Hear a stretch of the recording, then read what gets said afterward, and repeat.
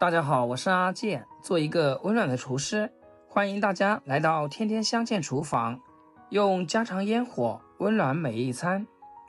又到了吃空心菜的季節，很多朋友總炒不好，要麼發黑發黃，要麼出水發爛。今天咱們再來認真複習一遍，保準一次能成功。市面上空心菜主要分兩種，我今天用的是藤梗空心菜，顏色翠綠，梗子帶點自然彎曲，口感更劲道，香味更濃。還有一種筆直的水培空心菜，顏色偏白，質地更嫩，大家可以按喜好選擇。我更偏愛藤梗空心菜，炒着吃更香。先來處理空心菜，學會拆分一點也不浪費。先把杆子上的嫩葉摘下來，嫩葉可以單獨清炒，軟嫩清香。底部偏老的硬梗也掐掉，老梗別扔，拍辣椒、炒蘿蔔丁都超下飯。一捆空心菜，輕鬆做出好幾道菜。清洗環節要溫柔對待，空心菜嬌嫩，經不起大力揉搓。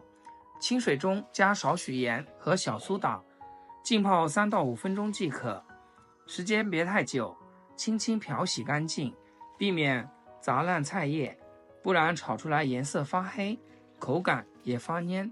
洗淨後徹底甩乾水分，這是翠綠不出水的關鍵。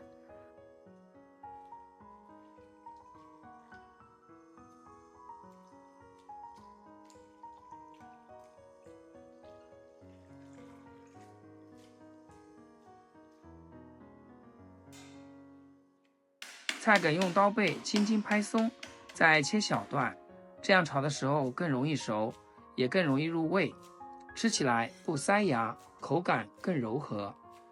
重點提醒，菜梗和菜葉一定要分開擺放，兩者成熟時間不同，一起下鍋必定要麼菜梗生，要麼菜葉爛，這個小細節千萬別忽略。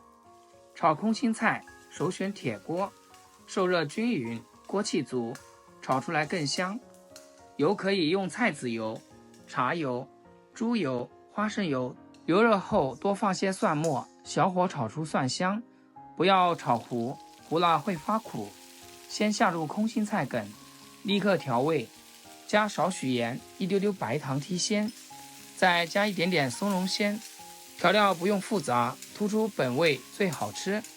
直接開最大火，快速翻炒。邊炒邊用鍋鏟輕輕按壓菜梗，讓它更快熟透，更入味。大火快炒1分鐘。